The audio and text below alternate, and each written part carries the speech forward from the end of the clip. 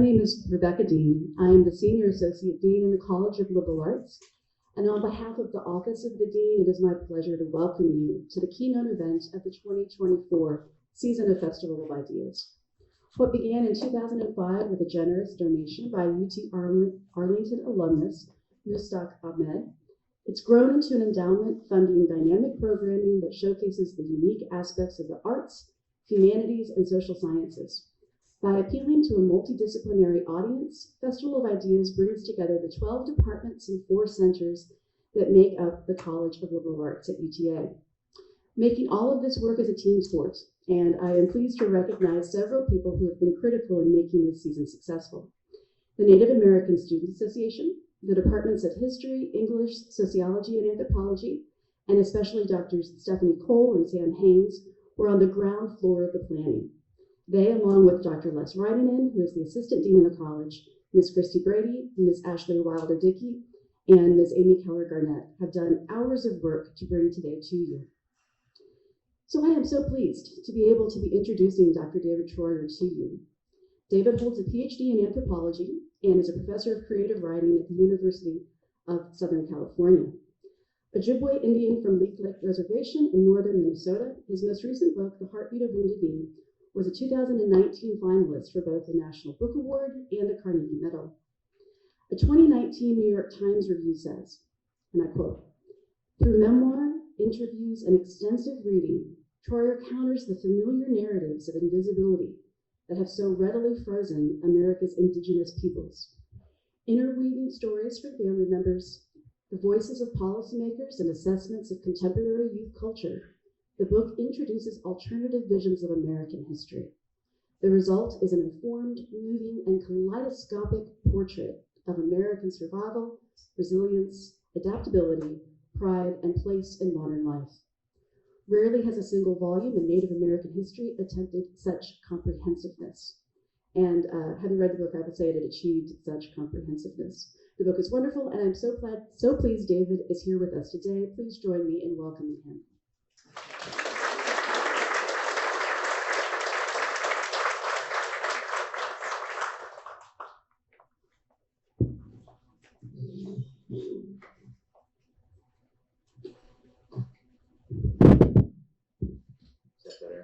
Can you hear me? Is it good? I feel so off center. Oh well. Thank you so much for coming out. Thanks for having me here. It's great to be back in Texas. It's been a hot minute since I've been here, so I'm appreciative. And I'd also like to recognize that we have President Parton from, hold on, I got it. Hold on. Wichita and affiliated tribes with us today. So a head of state is with us today. And that's important to know. Right? Most Americans don't recognize that they're not just living and working in one nation, but crossing paths with many without ever leaving the confines of the United States. So it's important, I think, that you recognize that. And so thanks for being here. Appreciate it. And thanks for having me here. I appreciate it a lot. I'm kind of at a crossroads, to be perfectly honest with you all. I'm going to leave it up to you, actually. So I could talk about and from Heartbeat of Wounded Knee, which Dean was so gracious in describing as an incredible book. And I could talk about sort of how it came to be that I wrote that book and sort of what is behind it and why it was important for me to write it. Or, that's one choice. Or I could share some stuff with you from a forthcoming book, which is called The Savage Mind, which is sort of a long autobiographical essay on American violence, which I think is increasingly pertinent, especially considering that isn't today primary here in Texas. big sigh when I heard it. You know, good luck with that. Right? What do you want? Number 1 or number 2? Number 2. Number 2? Okay. I'm hearing a lot of, like, that's going to sound weird on, you know, the audio of this. You want number 1 or number 2? It's number 2. So then let's just make sure we understand that that means the second option, which I'm happy. Okay, let's do that. I'm happy to do that. I once took a header over a podium, so I was leaning on it a little too much. I'm trying to do that today. So since I finished A Heartbeat of Wounded Knee, every time I write a book of nonfiction, and this happened twice, I finish the book and I tell everyone that I love and everyone that I don't love. Last time I'm doing that, nonfiction is just too hard compared to fiction. Fiction is a pleasure. You know, you get to lock yourself in a room, drink coffee, and just make stuff up.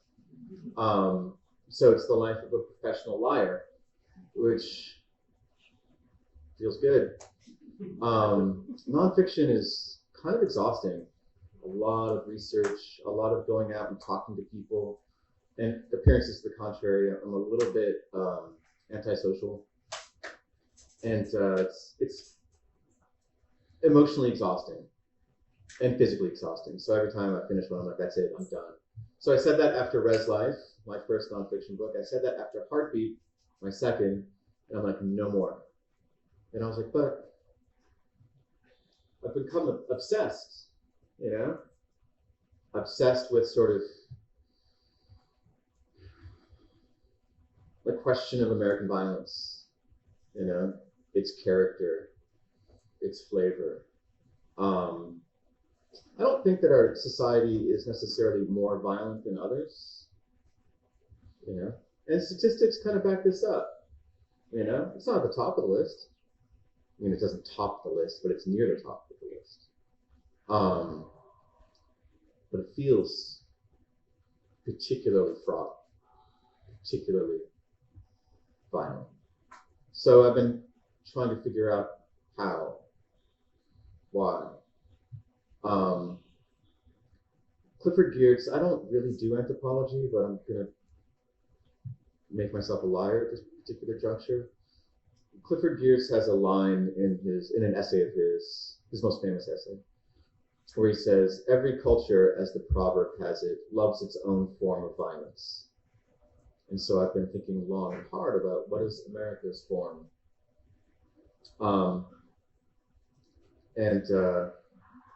I think, you know, to not put too fine a point on it, America's violence has always been two-pronged, both of which are a form of taking, you know, the taking of freedom of enslaved peoples and the taking of native lands upon which the enslaved work. You know, that's at the heart of our legislation. It's at the heart of the Indian Removal Act of 1830. It's at the heart of much of what we do. So that's where my mind has been, and I'll just read now. This is kind of from the beginning, and it's really just about my quandary as a dual citizen. And I'll just do that. And then we'll have time for questions and answers, right? Can someone help me out here? You love Q&A? Great. Great. So I'll just start. You tell me what you think. One time when I was quite young, someone was giving a big lecture, much bigger than this, very august occasion at the University of Michigan. I was a new graduate student, and I'd been there for a couple of weeks, and Carlos Fuentes came, and there were about 1,000 plus people in the audience, and then he said something really, really insulting. toward the end, he said, his talk was about multiculturalism, so the heart of his talk was well received and by me, right? But the way he sort of closed it out was not well received by me. He said, we're all visitors here. We're all travelers here. From the first Ojibwe Indians who crossed the Bering Land Bridge 10,000 years ago to the last Mexican who crossed the Rio Grande last night. And I'm just like, okay, but we're not all visitors, not all travelers, you know. So I got up and I was not gonna ask a question. I was gonna make a statement. And so I said, well, I don't have a question, I have a statement, and that was my mistake. Because the dean of the graduate school said, oh, but we're not really doing statements right now. You know? I forged ahead anyway and sort of said the really uncomfortable things I wanted to say. Completely in Ojibwe, so, you know, without translation, to make my point. But when it comes time for our question and answer, my advice to you is if you have a statement, just phrase it like, don't you think that? And then state. It's a better strategy than mine. So like that's my gift to you. Like, Treuer, don't you think that? And then you can just give me grief. Anyway, in 2015, I moved into a small back house in California, a necessary step in a divorce that was ugly and would remain so for nearly a year. At first, I traded spaces with my soon-to-be ex. Then for a year, I lived above a garage in Pomona on a pull-out couch. And I have to say, if you've never lived above a garage in Pomona on a pull-out couch, you have not lived. You have not lived. But finally, I got my own place. For me, my 3 kids. These were awful times. One night, all 3 of my kids were asleep, nested, innocent, seemingly safe, but I could not sleep because earlier that day, 14 people were murdered and more than 20 wounded nearby in San Bernardino. And I was suddenly afraid for my kids, for myself as the person who was impossibly supposed to protect them, and for the country. And I wondered in that moment what my parents would do if my life were theirs. Even then, it was hard to imagine them ever having been together, though they'd been together for 24 years of my life. But in my mind, I couldn't put them in the same room or the same attitude about anything. When they were divorcing back in the 90s, I'd gone for a walk along the river and I saw them, and I stumbled on them sitting in lawn chairs near the family sweat lodge, and they were literally there to pull the sweat lodge apart. And I was shocked because it was the first time I could remember them being in anything like agreement.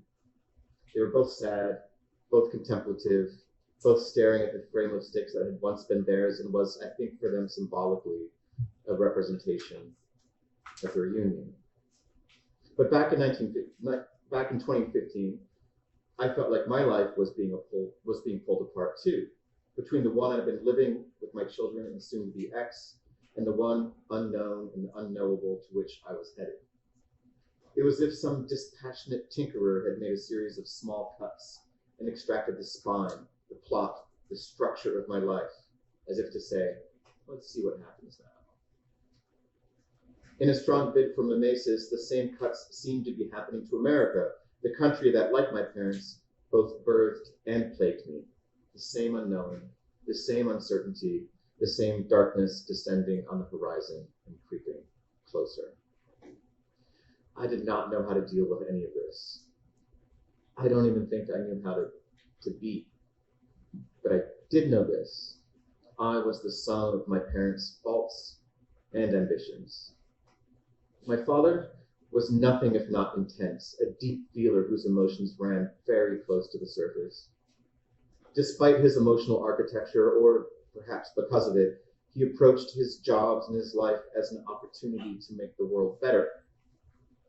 Much of that drive had to do with the fact that America had undeniably saved his life. Austria, the country of his birth, tried to kill him during the Holocaust. It had turned against him. But then there's my mom. a Native woman who grew up as an outsider in her own country, for whom America was a constant threat, a country seemingly determined to grind her down, and against which all of her skeptical ferocity was aimed. And so I grew up the recipient of both of those attitudes about the Republic, which is to say, I grew up perplexed, confused, and nearly paralyzed. My mother would be dead in 5 years, my father in the final throes of Alzheimer's in mere months, and there I was, with my kids asleep in the next room, sitting in that outer dark, blinking confusedly in the light of my personal and patriotic wars, what to do about this country that had saved my father's life but had tried to destroy my mother's. What to do about myself? These questions plagued me, defined me, and redefined my relationship to my parents. And I would never figure out how to answer them until both my parents were gone. My father, Robert Treuer, was born in Vienna in 1926. His earliest memory was of crouching terrified in his seat at the Wiener Staatsoper during a production of Don Giovanni. He recalled vividly and often how scared he was when the winged demon dragged Don Giovanni, unrepentant, to hell. How he grabbed his mother's hand and how she laughed at it. It was only a few years later, in 1934, that fascists would come into power, also remembered vividly and often.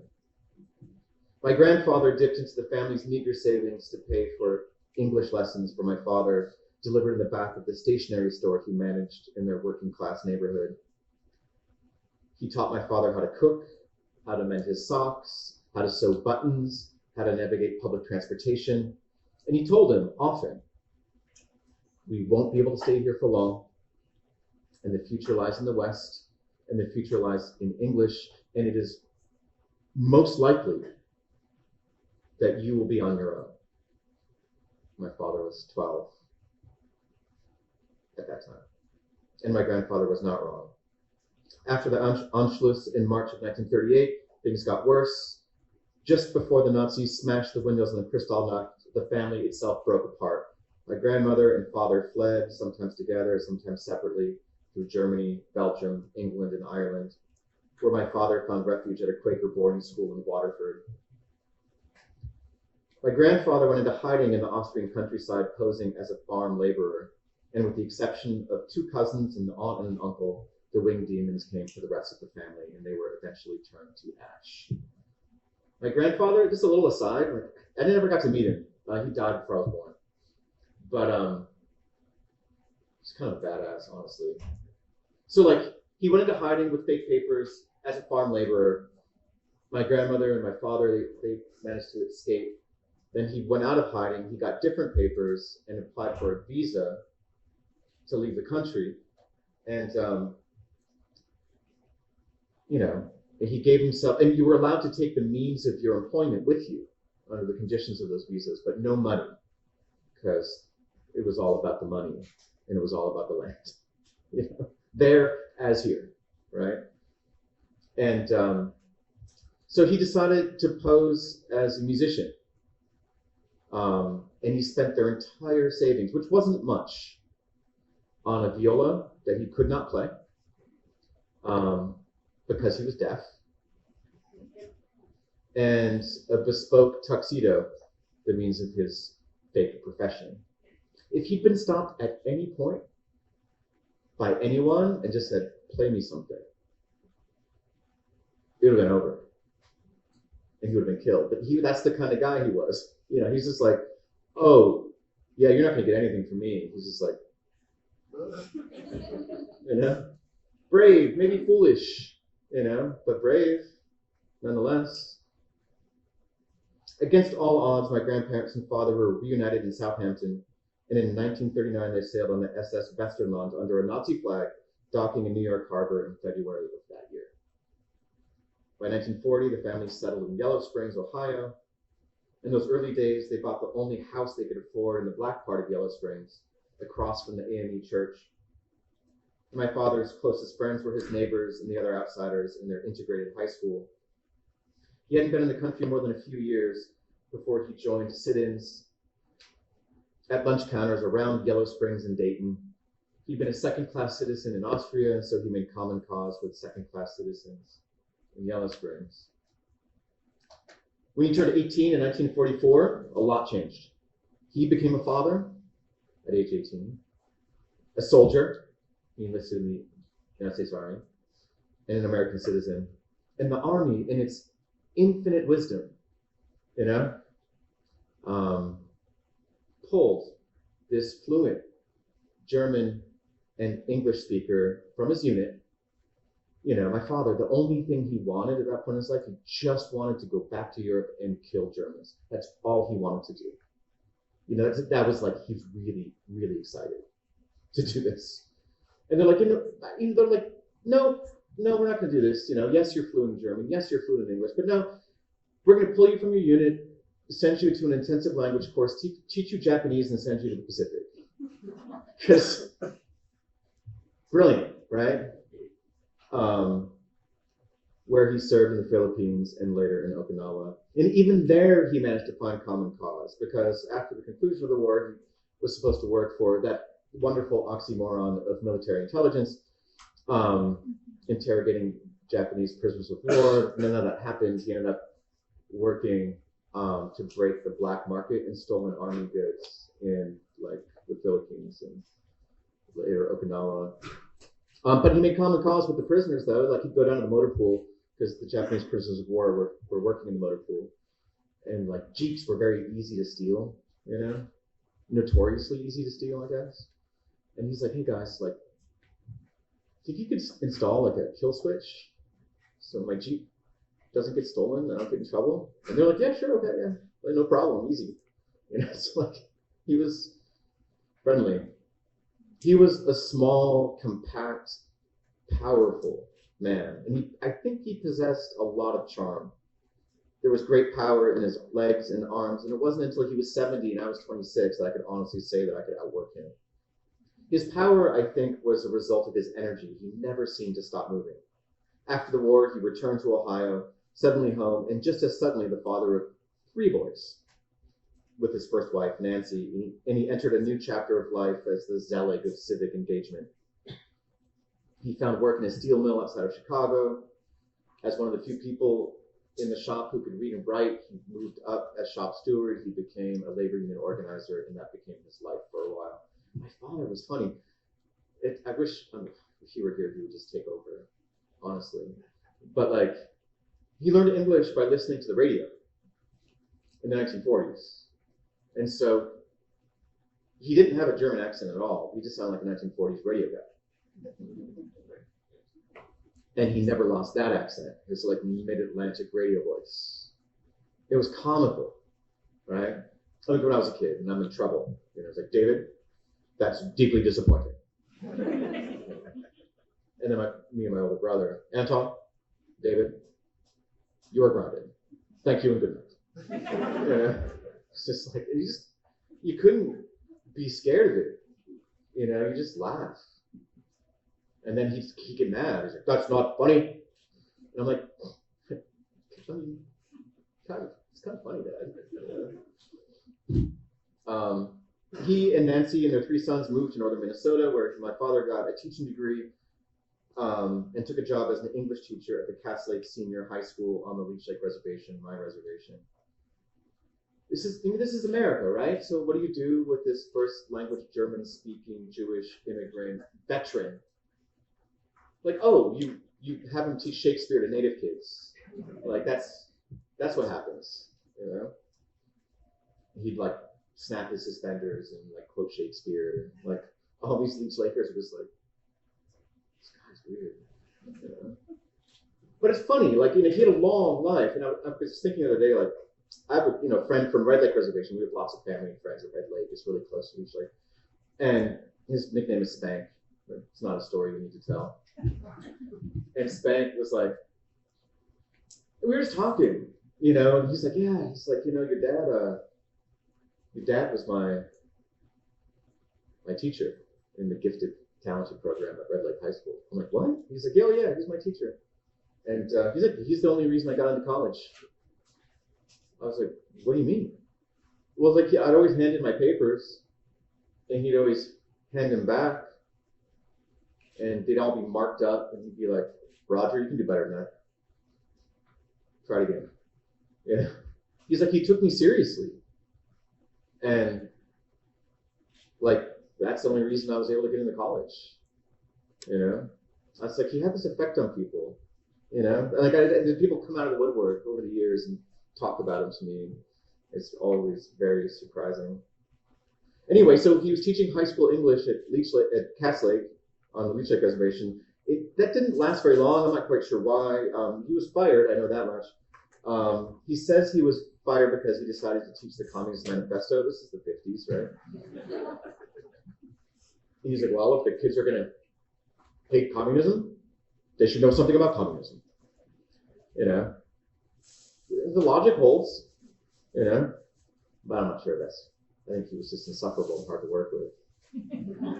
That's why he got fired.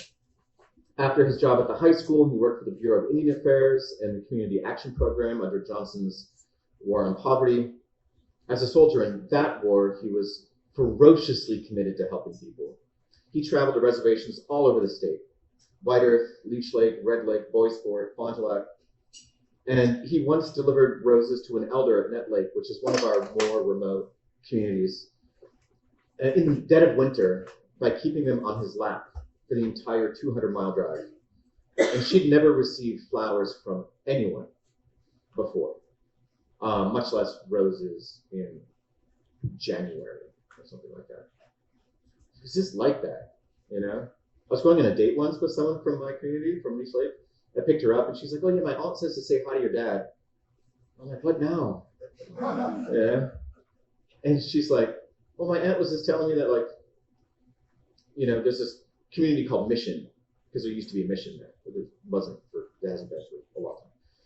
But we used to call it Mission Corner, where these two highways intersect, and there's just a little store there. She's like, yeah, all the kids would just gather up at Mission Corner Saturday mornings, and your dad would roll up in this great big black car, and then just load all the kids into the car and drive them to Bemidji, give them pocket money, and then they could have fun in town, and then pick them up in the evening and drive them all back home, and drop them off at the Mission Corner again.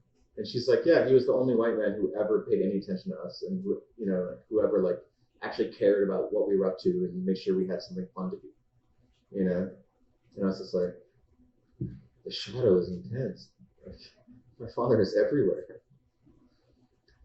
Anyway, eventually my father and Nancy divorced. I don't know why. I have my suspicions. And my mother and my father started dating. My mother suspected there was overlap between the end of his first marriage and the start of her relationship with my father, a theme that would define their relationship and their divorce. My mother shared with great bitterness how during their first date, he told her that he and Nancy were through, and yet my mother came downstairs in the morning and noticed Nancy's bathrobe, slippers, and things all over the house.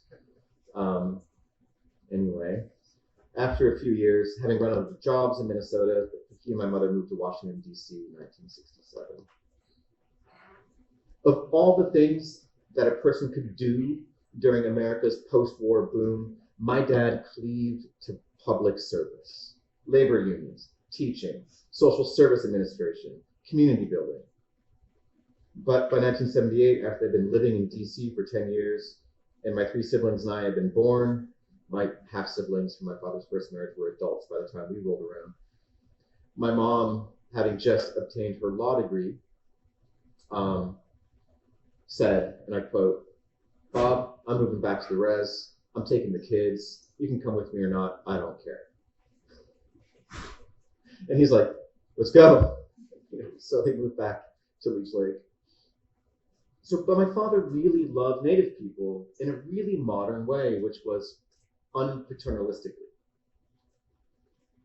You know, his basic assumption, which was not the assumption of the Bureau of Indian Affairs, which was not the assumption of most people, was that Native people are smart, capable, articulate, hardworking, and able to achieve exactly what we want to achieve, and articulate what our needs are.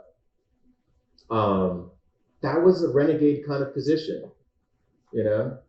Bureau of Indian Affairs was very much a father knows best. Like, oh, the poor Indians don't really know what they need or want, so we'll tell them what they want. We'll tell them what they need. My father was different.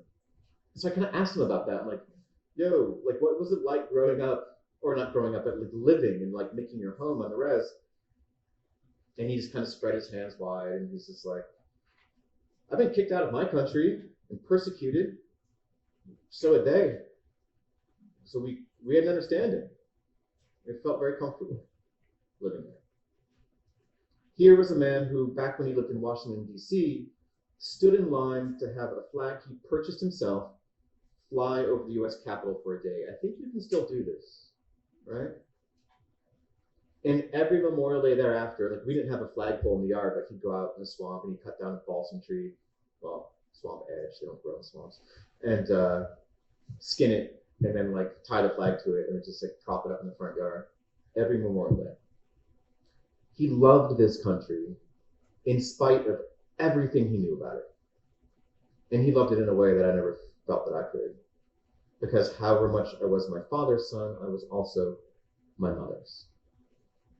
My mom, Margaret Seeley, was born at the Leech Lake Indian Hospital in 1943. She grew up in a 12 by 14 foot cabin in our ancestral village of Bina. Anyone been to Bina? Missing out. Like, I was describing her once, like I was like, I think a thing like this, maybe it was in writing, and she was there. And I was like, yeah, she grew up in a one-room cabin in the village of Bina. She's like, it had 2 rooms. Yeah, she's like, yeah, we just put a curtain down the middle. 2 rooms, you know? I was like, sorry, Mom. She goes, yeah, and there's a little lean-to tacked onto it. That's just where we kind of cooked, you know? And a potato, I'm like, okay, Mom, okay. I'm like, but I think the point stands that it sucked. And she's like, yes, it did. They were very poor. They had electricity, but no plumbing or heat. They survived the way most of their neighbors survived, by harvesting and selling wild rice, snaring rabbits, hunting partridge and deer, cutting pulp for the logging industry, peeling pulp at a nickel a stick. You ever peeled pulp, any of you? Awful work. You know, you get covered in sap because it's mostly balsam. Even the popple is sticky. And they'd have to like take baths with kerosene to get the pitch off, you know? And my mom did that. We picked pine cones when I was a kid, and my mom would be like, all right, and she'd haul up the kerosene. She'd be smoking a cigarette, you know? Like, we were playing with fire, literally. Like, but she didn't think anything of it. She's like, whatever. That's how I got cleaned when I was a kid. She often told me stories of how the native kids at Cass Lake High School did not have to begin the school year until after the wild rice harvest was over, usually in mid to late September. So like all the native kids had a later start date. When she returned for her senior year, she was walking down the hallway to her first class, like sometime in late September, and the principal passed her in the hallway. He's like, hey, what you doing? She's like, going to class? And he's like, why? She's like, why what? He's like, why bother? You know, expectations were very low for native kids, right? She bothered anyway and graduated in 1961. And like, no one believed in anybody, right? She was like talking to her father, my grandfather, who for most of his life was not very kind. And he had his own demons. And he's all right, Peggy Ann, what are you going to do now? You graduated. She's like, I don't know. I thought maybe I'd go to nursing school or something.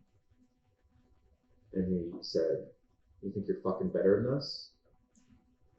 All right? Like, that's an admirable goal. But it's not an astronomically high goal. You know? And she's like, I do. So she went to nursing school. and then returned to Leech Lake, where she founded a community health program. And she worked at Red Lake, where she established the first ambulance service on the reservation and wrote the grants that funded the Red Lake Reservation's nursing program. Like, she did good work. After marrying my father, they moved to DC, and she enrolled in law school at Catholic University. And she went on to become the first American Indian woman lawyer in Minnesota and the first American Indian woman judge in the country. They used to call her, she was a tribal court judge at a number of reservation communities, but she was also a federal magistrate for a while, federal judge. And at Net Lake, where she was a tribal court judge the longest, they used to call her Maximum Margaret.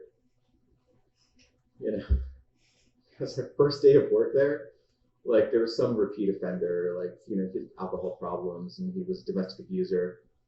And she's like, well, you've had a couple chances. She's like, but now you're hitting women, so I'm going to give you the maximum. And they just start calling her Maximum Margaret. And then after she retired, my sister took the same job. Well, my sister's so nice. They called her Minimum Megan. You know?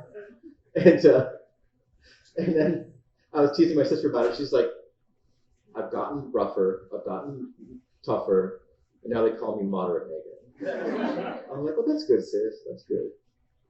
Anyway. But my mom, there's still so much I don't understand about her.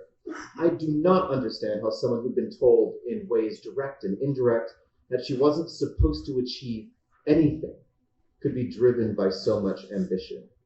She was simply wired to want, despite the country's attempts to prevent it. My father had labored under a vow of engagement, but my mother, I think, was motivated by something else. For her, the answer wasn't engagement, but armor. And the best armor wasn't what money could buy. The best armor was money itself. She was obsessed with it, having more of it, making sure more was coming in than was going out. Accumulation for her was key. That would protect her. That would keep her safe. So like in 2002, when Walmart came to Bemidji, which was very exciting, you know, she was pretty excited about it. And I chided her, you know, being this sort of crunchy liberal guy that I am. I'm just like, don't you think you should support local businesses, Mom? You know? What do you think? She's like, oh, you mean the places with higher prices that also would follow me around when I was a girl, accuse me of shoplifting? Those places? She's like, let them die. I'm going to Walmart. I was like, rough, Mom, rough, you know? That's rugged. One story she fixated on, and it would come up regularly no matter what we were talking about. And in the few attempts that she made to kind of tell her life story, she never really had the stamina to like write anything long. This just wasn't her thing. But she tried. And as far as she got was always this story. And the story was, when she was 12, the sheriff stole her rice. So it's hard to explain to, you know, non-rice people how important rice is to us. Wild rice. You know, like, it's our birthright. Like, our prophecies, our migration stories, everything is centered around the rice. It was then, and it still remains, a huge cash crop for native harvesters. You know, back then they got 25 cents a pound for green rice, that is unfinished rice. And that's the money they used to buy all the stuff they need for the winter. Kerosene, lard, flour, shoes, whatever. So it was spiritually important, but it was, you know, it was socially important, and it was monetarily valuable. So every fall, the family would go sort of as a big group to harvest rice the way we've always harvested rice, like in boats, in shallow rivers and bogs and lake edges. And like, it's fun because like canoes are like native technology, right? And I think you can even say that they're Ojibwe or Algonquian technology. That's one of our contributions to like naval architecture, if you will. But no native people could afford canoes when my mom was a girl. No one had them. Canoes were like white people things. It's like archery, you know? Like we invented it, but like very few of us could afford to do it. Anyway, so they have these like flat bottom, like plywood, like duck boats, and like just things that people just kind of tacked together. You know, difficult to maneuver, awkward, heavy. And the way you harvest rice is one person has a pole, and if you're from where we're from, the person with the pole is in the back, like a gondolier. And they pull you through these bogs, these rice marshes, essentially. And the person in front has like cedar sticks about this long, and they bend the rice over the gunnel and knock the ripe rice off on one side and go on the other side. It's called knocking rice, or people call it picking rice or whatever. So, and it's laborious, and it is awkward, and it is exhausting, and it is phenomenally uncomfortable work. You're covered in rice beards, like oat or wheat chaff, but worse. It's itchy, it attaches to all your clothes. You know, you get them like in your ears, and they puncture your eardrum, like they're like little spears. I had that happen to me once. Like, went ricing and I got a rice flew in my ear. I thought it was a bug, and so I slapped it. And then like I just drove the rice beard through my eardrum, and I go to the clinic in Cass Lake, and I'm like, and like the physician's assistant and whoever's working, they're like, ricing? I'm like, you know, they're like, you know, it's like lean, like they're used to it, you know.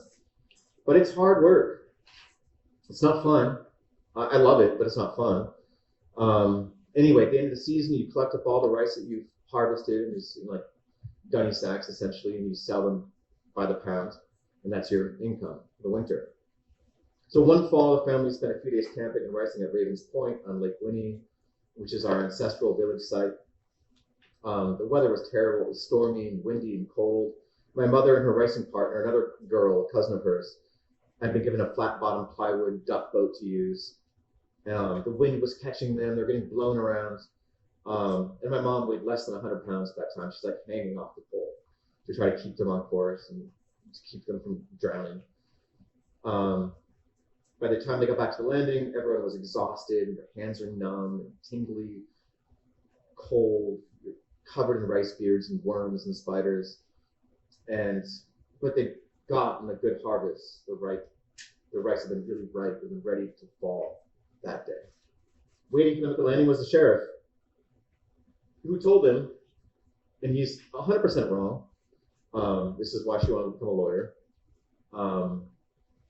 that they've been ricing illegally, and he confiscated the harvest, all of it.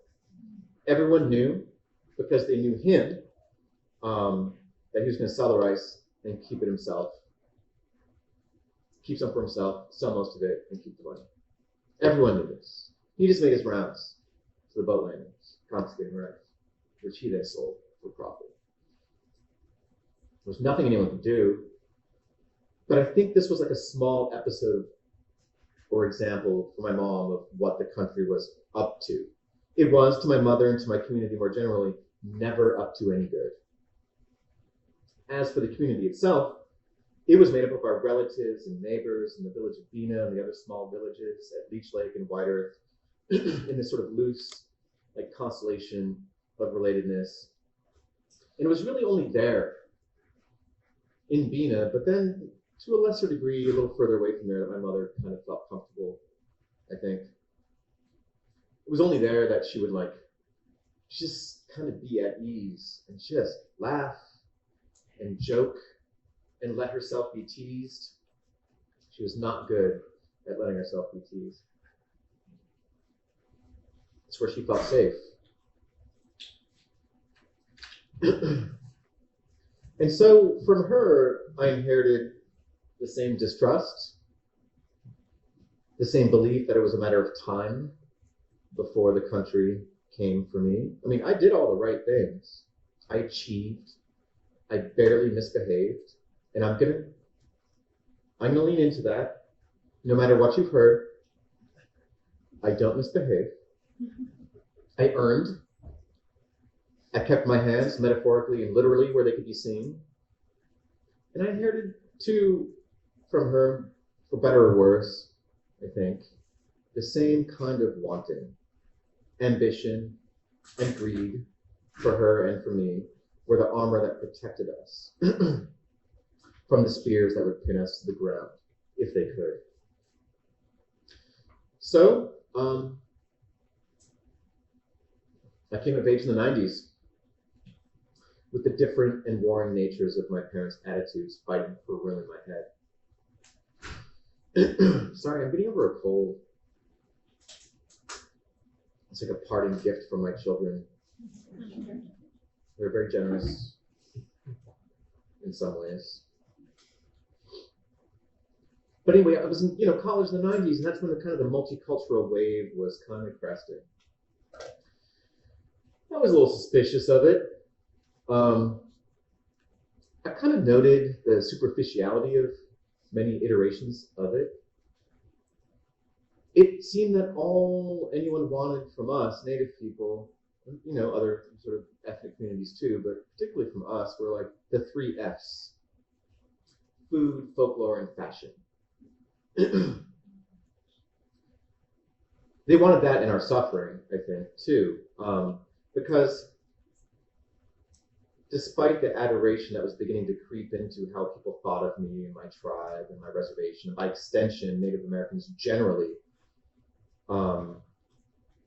we were appreciated as it felt like, as exoticized others who were interesting in direct proportion to our suffering. So I didn't really much enjoy that. I didn't enjoy the kind of cultural show and tell that the sort of establishment wanted from me. It's comical too, though. Like when I was kind of like now, I went to a town to give a talk like this, and they were really anxious for me to experience how warm and open and welcoming and truly multicultural they were. Like, we're a very multicultural town, said this woman at a reception. I'm like, that's lovely. That is so great for you. That's amazing. They're like, no, we really are. I'm like, I believe you. She's like, we have 2 Chinese restaurants. And I'm like, that's just not even close to like what we're talking about. Well, I'm trying to be nice. I'm like, that's so great for you. Truly.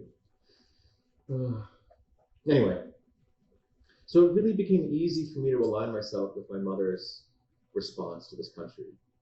She never wanted to run for tribal or governmental office. And unlike my father, who'd been this sort of like very sort of Beaver-esque institution joiner and builder, she would never put herself in a position where anyone had any power over her. This was key. I think I inherited a lot of that.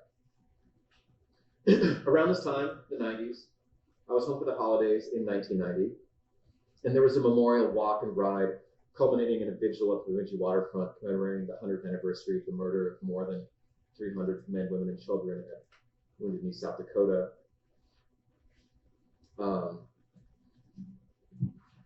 Like a lot of people were there. A lot of people who were doing things in the world. Dallas Goldtooth was there. He grew up in Bemidji. Mickey Pensino was there. He grew up in Bemidji. It was an interesting scene. My dad was one of the organizers. And he basically, and I'm grown, right? I'm in college. I'm grown. He's like, David, you and my friend, David, you and your friend, have to tend a sacred fire. Jesus. It's Minnesota. It's December. It's 17 below zero, right? And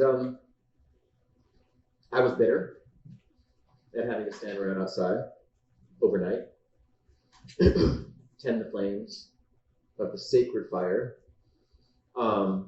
which was built on the ice because they couldn't get a permit to put it on land.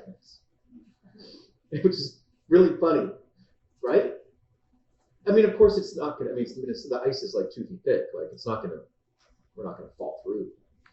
But it's like I was like standing there. I'm like, this is a great metaphor for the country. You know, a fire built on top of ice.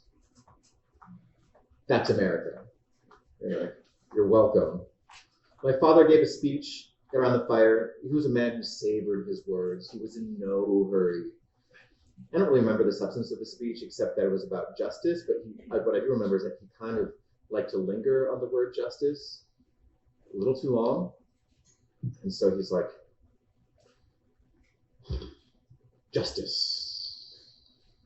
And I'm just like dying of embarrassment. I'm like, Dad, just leave the word alone. Let it breathe. You know, you're smothering it. But his earnestness, honestly, his complete lack of irony, his belief in the rightness of things, in the improvability of both our nature and our republic, all of that just embarrassed me at that time. My mother was not at the memorial. She did not stand by the fire. She was, I imagine, at home, smoking cigarettes. That would eventually contribute to her rather premature death. Even my parents' choice of cigarettes betrayed them. My father smoked Winners, and my mother smoked Merits. It's just like, show yourselves, people. But though my father believed this country was ultimately a just place, he wasn't an idiot. He was informed. He wasn't naive.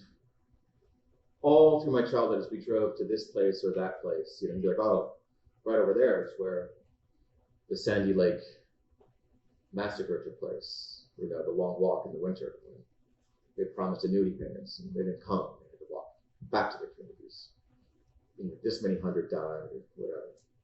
It's like right there on the waterfront, that's where there were 2 burial mounds, probably Dakota, that they leveled to make room for Paul and Babe, the statues that are now at the Bemidji downtown waterfront. So he wasn't naive. I didn't really need him to remind me that Native folk were expected to suffer and that was sort of our job in this country. I felt it in the very low expectations my teachers had of me. I heard it in my teacher's voice, and I'm talking to you, Terry Bradley, when he told my class that, quote, all Indians are lazy and on welfare and should return to Canada where they're from, end quote. Exactly. And I'm just like, Mr. Bradley, Canada? I mean, let's just talk about, we should all go back to Canada where we're from? Like, that's just wrong. It's like, we will get to the lazy part, right? We'll get to the welfare part. But yeah, that's my high school experience in Bemidji. I saw it on the bruises on my uncle's arms and necks and ribs when they were detained by Bemidji police. I was immersed in it when I went to reservations like White Earth, where many of our people were relocated in an effort to terminate and dismantle our reservations. I felt it too on my way to and from college in all the smug towns across Wisconsin and Illinois, Indiana, Pennsylvania, and New Jersey, towns with native names but no native people at all. Our lowness, our abjectness, and the social and governmental structures that tried to keep it that way. This great, dreamy country squatted like a rock, like grief itself on my chest, and made it hard to breathe. My parents divorced not long after the Wounded Knee Memorial. They've been living separate lives for years. I don't think they like each other anymore.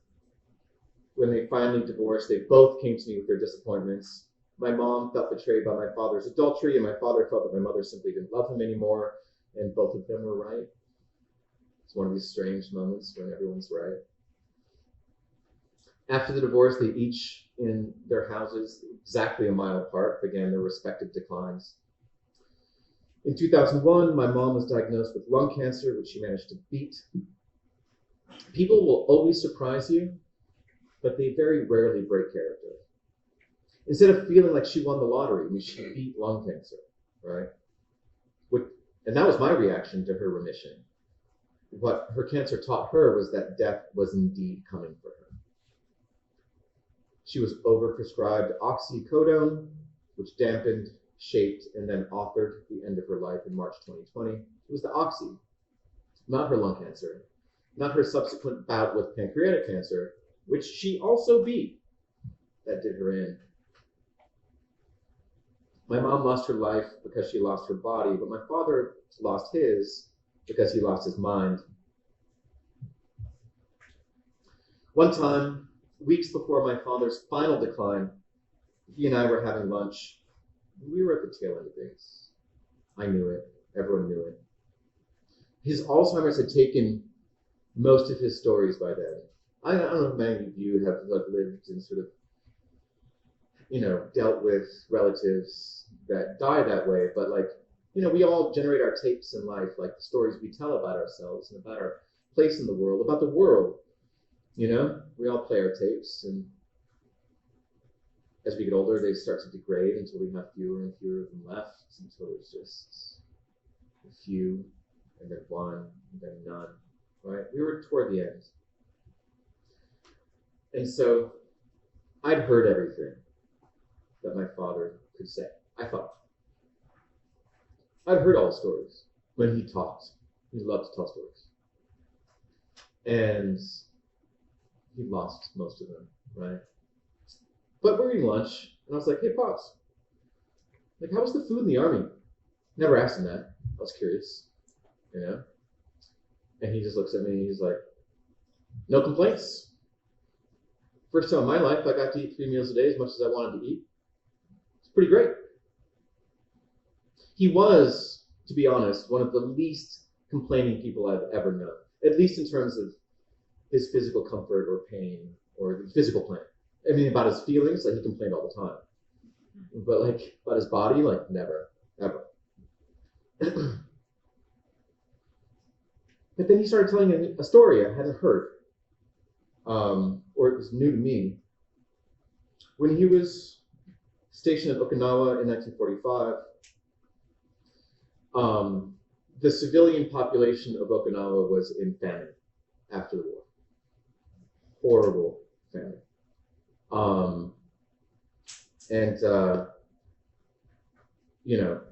The Japanese army had already been confiscating rice harvests, and then the war disrupted what sort of crops remained, and it was brutal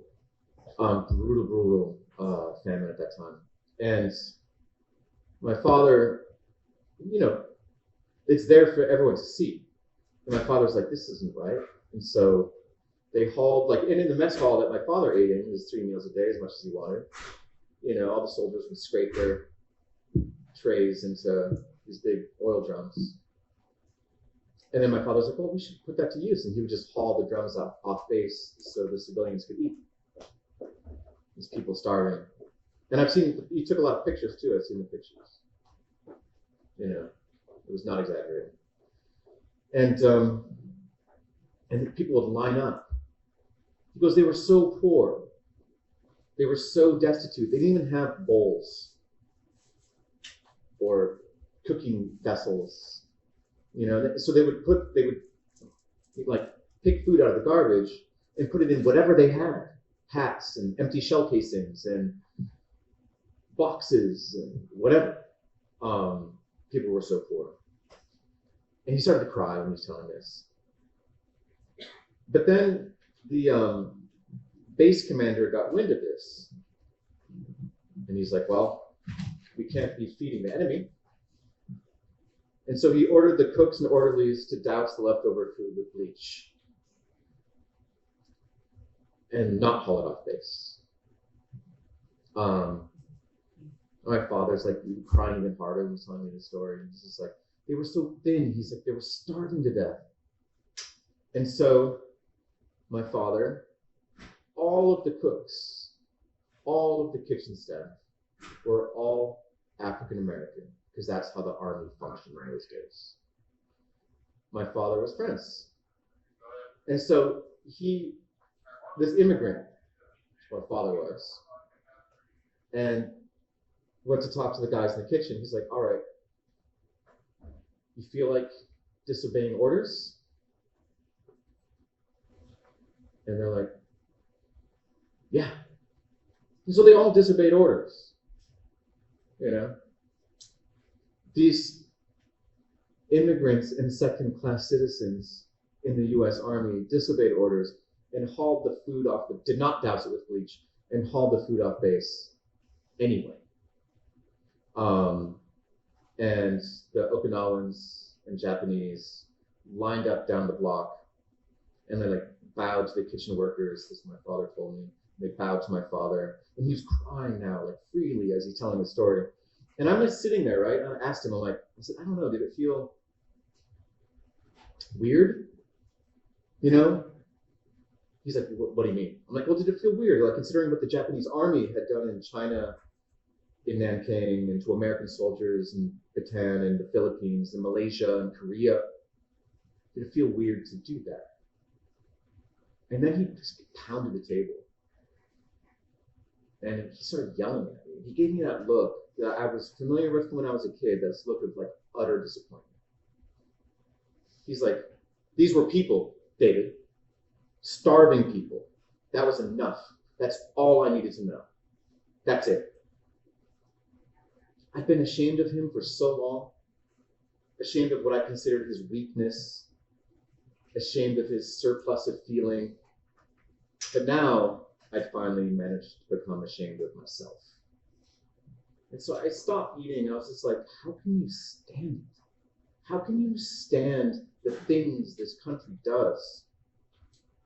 Like, how can you live with it? I was thinking of the base commander who ordered the food doused in bleach. I was thinking, too, of myself.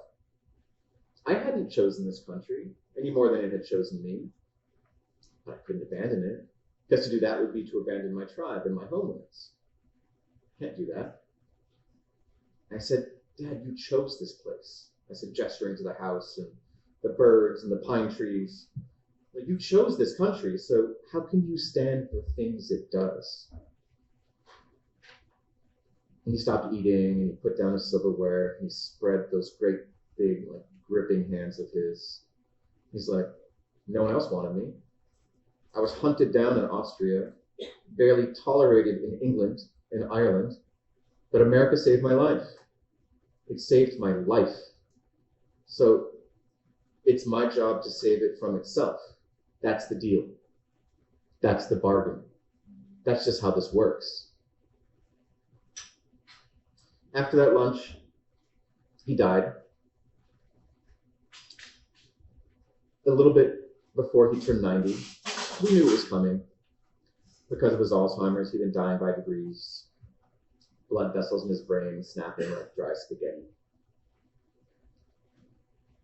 After that lunch, I'd lived with him for about 5 months. Every morning when I came down to take care of him, while I could. Every morning I came down the stairs, he looked at me with surprise. He's like, Dave, what are you doing here? At first I'd said, oh, well, I came to stay with you, Dad. Don't you remember? And then, of course, what's the point, right? Just making people feel bad. So I would just say, I just thought I'd stop in. Hang out for a few days. And he's like, oh, that's great news, Dave. That's just great. He's like, but bad news. And what's up? He's like, got Alzheimer's. Every morning. Same conversation. Right? And I would say, oh, it's a tough break, Pops. I'm like, but I'm here. Like, we'll figure it out. We got this. You'll be okay. He wasn't. After I returned to California, the family hired home health aide, cleaned him, bathed him. His driver sat with him as he noted the birds in the bird feeder.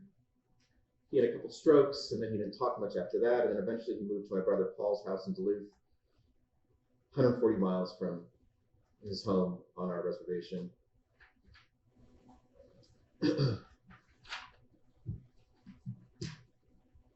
Paul, my brother Paul, from his first marriage, had done the lion's share of coordinating his care before the move and took care of him almost single-handedly after he moved into his house. It was there things got worse. I wasn't around to see it, but according to Paul, our father sometimes woke at night, disoriented, crying out, screaming. He began to wander, but not far, and he was really drawn to two places. He was drawn down to the shores of Lake Superior, where he would just stand there and look at the water and cry.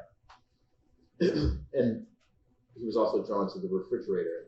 His old habits die hard, and my brother would go looking for him. He'd find him just like in the middle of the night, just standing with like these double doors, right? The refrigerator, like the double doors, just standing in front of the fridge, like lit with like the god light of like this, the food like glowing at him, right? Which must have made him incredibly happy for someone who'd been food insecure for a lot of his life. But he didn't die at the lake or in front of the fridge. He died in bed. Slowly, suddenly, all at once, he was gone. Everyone, it seemed, came to Duluth to pay respects. My brother kept my father's body unembalmed in the downstairs bedroom until all of us had some time to hang out with him. Then he was cremated. And, it was good that it was January and it's Duluth, because you can keep bodies around a bit longer in those conditions than Arlington.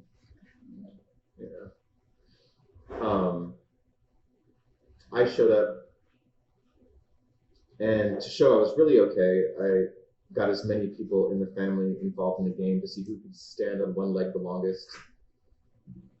I was up to my antics, and finally my brother Anton's like, hey, do you want to go back and maybe, I don't know, say goodbye to him? I was like, I suppose I could do that. So I did. Some of the objects in his room were familiar, and had moved like place to place with him. The same painting that had hung in his childhood room in Vienna had survived the war and hung there. There was a walking stick with ribbons and eagle feathers that meant something to my father for reasons I made fun of while he was alive. That was there. His slippers, very important item to him. Those were there. And there he was. There was no avoiding it. His mouth was open. His eyes were closed. He was dead in the manner he'd slept. For my father, sleep had been epic for him.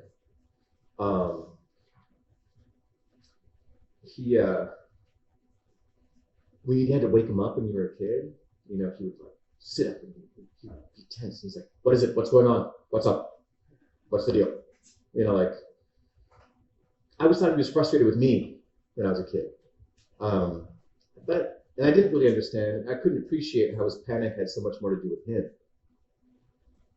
For someone who'd escaped so much, for whom safety was not something given as much as it was something stolen. For someone who'd endured so much loss, and against whom such vast forces of the state had been mobilized, for whom death was assigned at an early age, sleep must have been that great, unavoidable helplessness. Here was a boy who fled the Holocaust, someone who started fresh over and over again, whose status as a survivor turned him into something of an idealist, someone who saw this country had a lot to offer, someone who could be in this country in a way that I, as a Native person who grew up on a reservation and had my own relationship with the government that put me there, could not. I looked at his shrunken face, his jaw dropped back down in his throat, and I missed his tears. And then I left, back to New Mexico, where I was living temporarily, back to my own divorce that was almost done, slowly, suddenly, all at once, it was gone. Back to 2016 in a country that was falling apart.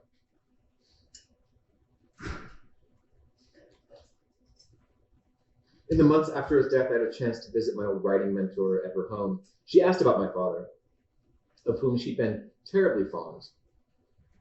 And I'd said that he passed away. She's like, oh yeah, the living elude us, she said.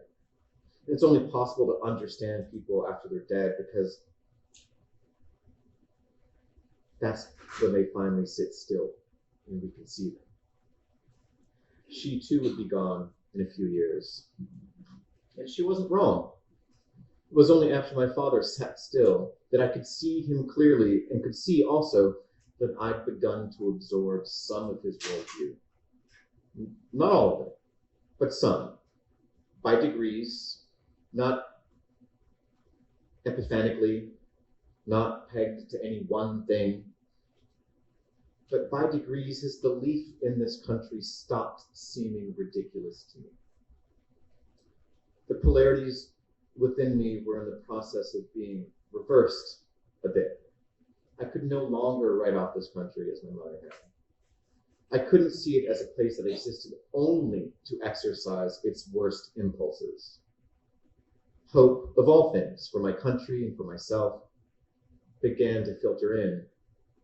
And this, I think, was perhaps the best and only way I could really honor my father. My ideals, and those of the country, weren't merely notional or aspirational. They had some kind of visible substance, and you could sometimes see them in practice. So in order to survive, I saw that I needed to hold within me two opposing ideas. I needed to believe in my mother's version of things, that America will always try to break us down, and we have to stand guard against it. I also needed to hold on to my father's vision that America can, and sometimes does, nurture and sustain us. This is a terrible country. There's no way around that. That is a fact. And this country is not a terrible country. That is also true. This country has done its best to take and conquer and kill my native life. That's a fact. And at the same time, it has saved my father's life and created mine. There is great ugliness on the land, and also great beauty.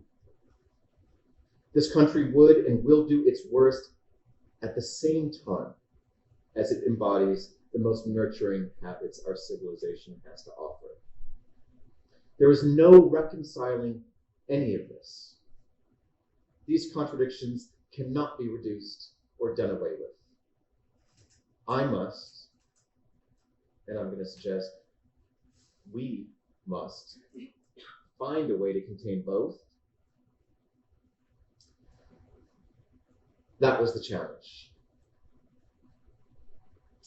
And I had then, as we all do, the dead to guide me. First in 2016 when my father passed, and again in 2020 when my mother did. I had them to guide me when I left their sides for the last time and traveled back home to my children. Thank you.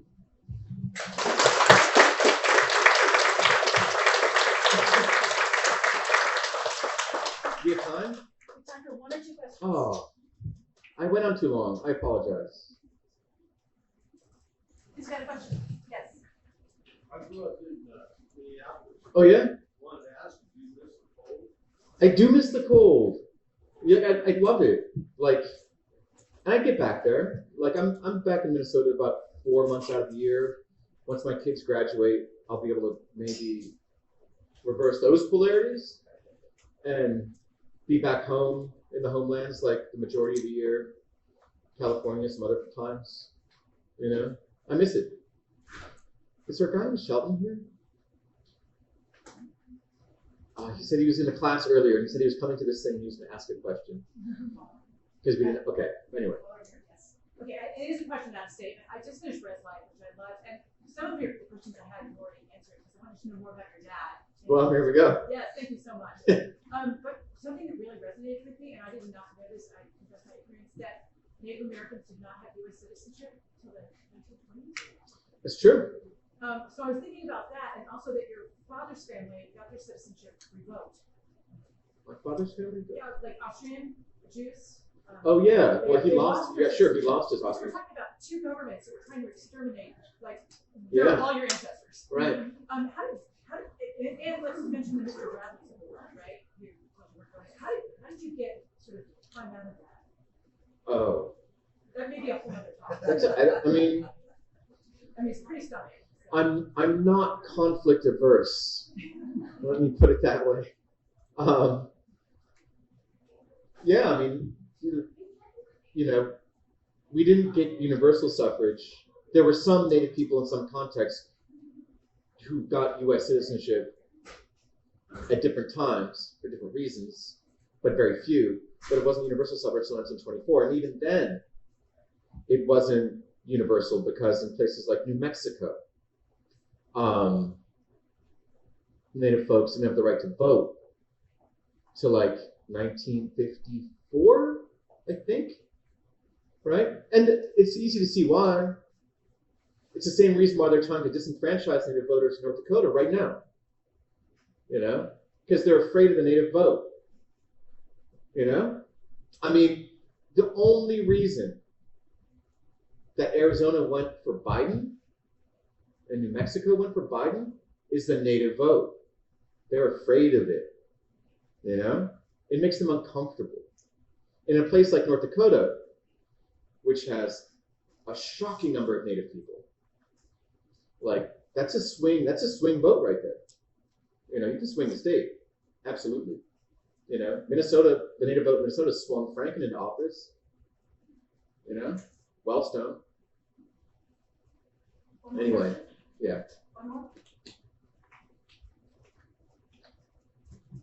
Yes, Chris. Thanks for coming. Thank you. Growing up, did your father try to inculcate in you and your siblings some kind of sense of that kind of historical experience of the Holocaust in Europe? I mean, or was he just kind of, you kids are, Native American? Oh yeah.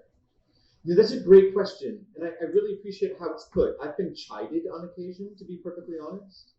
You know, at talks like this, and people say like, you don't really embrace your Jewish heritage. Why not? Like, you're biracial. Like, I know I've lived my whole life people telling me what I should be, right? And what I should mean, what my life should mean. It's exhausting. I'm used to it, you know. And I respond to them. I'll respond to you differently because I really like how you phrase that. I'm just like,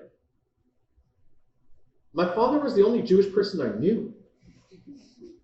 You know, like I didn't grow up in community with Jewish people. The Germans did a pretty good job of like assassinating my entire family, so I didn't really have a family. I mean, there were like a couple people, you know, 4 that survived, 5 maybe. They didn't live together. It was just my dad, you know. I grew up on the Leech Lake Reservation with my Native family. That's where I grew up, and that's how I see myself. However, my father was very good about sort of, because he was like barely Jewish anyway. Like he didn't know anything about being Jewish, you know, nothing.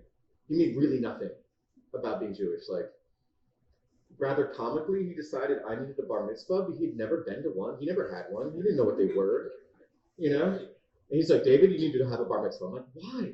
I'm like, Anton didn't need a bar mitzvah. And my older brother, 1 year older, you know. He's like, well,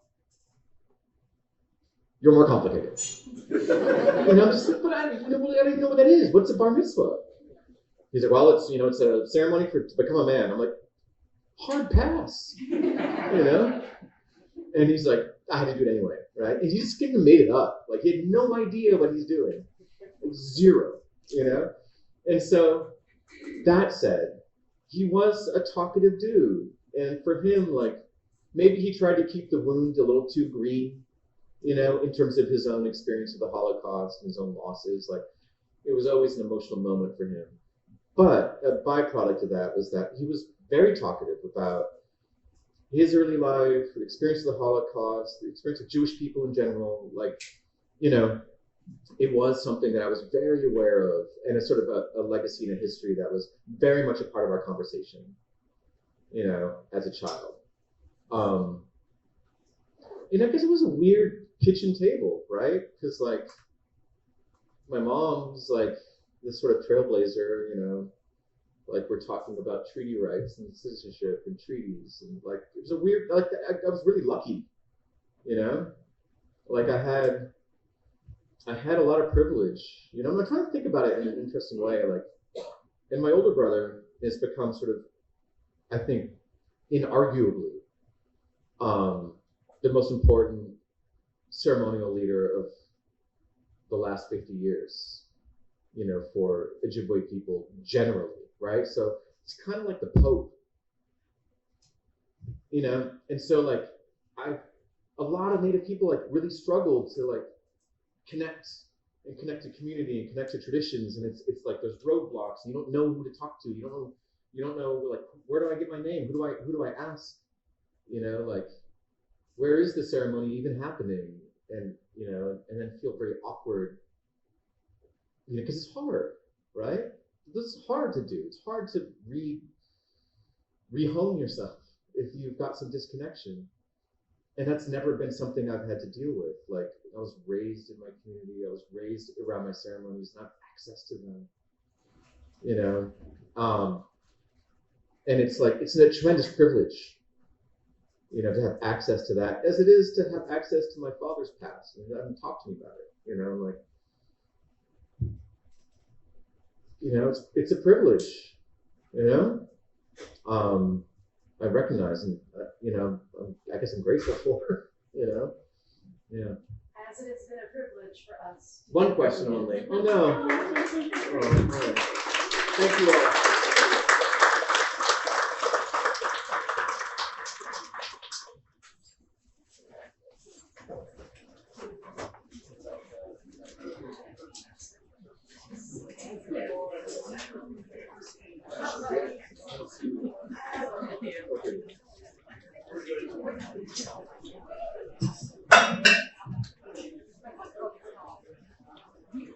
Oh, no, it's ready to review.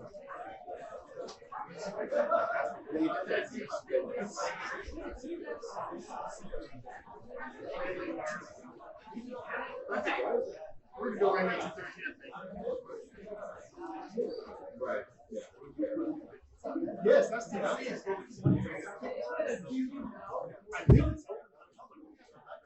Oh yeah. Oh, Okay, we've met. okay, We've met. We've met. I don't know her well. Yeah. Oh, great. Yeah, she's awesome. Oh, yeah.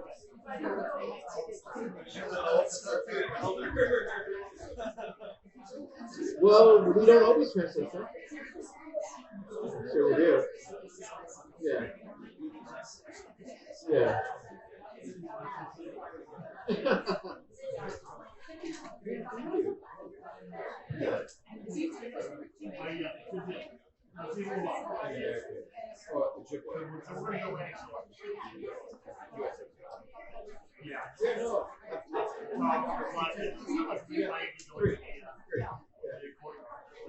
I know, right?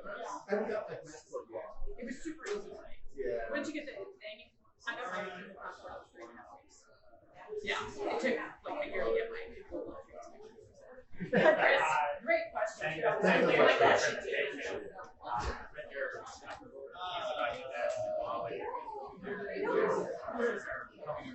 yeah, I've been like this was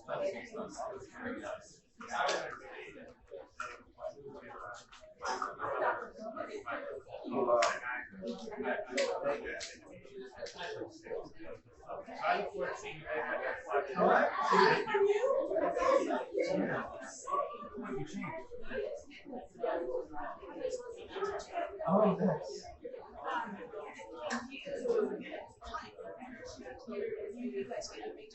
Good times. Yeah.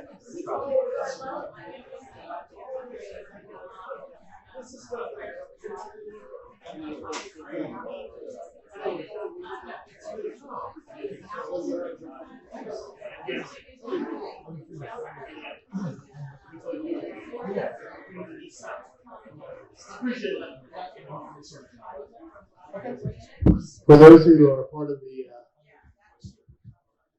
Native American Advisory Council. We're going to be at 2:13. I need to go get the key points, so give us a couple minutes. So we're going to be right next door.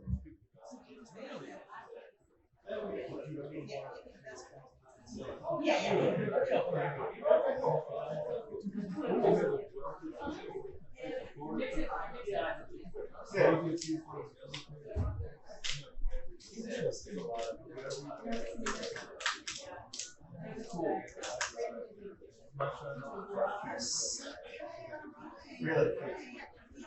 Oh, wow. No. I understand. I understand.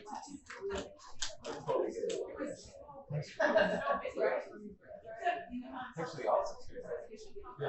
I've got your card. Yeah, I've never been. I want to go. My dad was there. My sister-in-law was from there. So yeah, yeah, it's bad.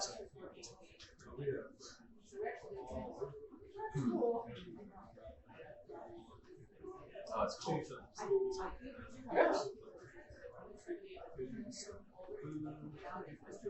Yeah.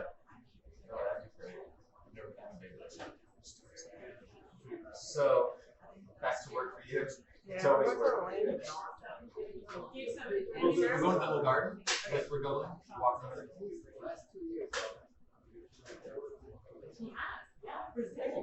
Sure.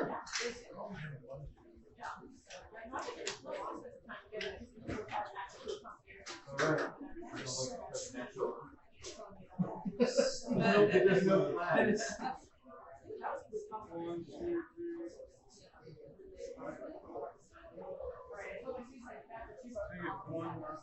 Sure.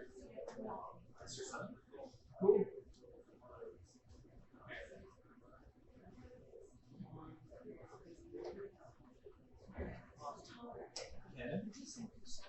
And so it became a photographer.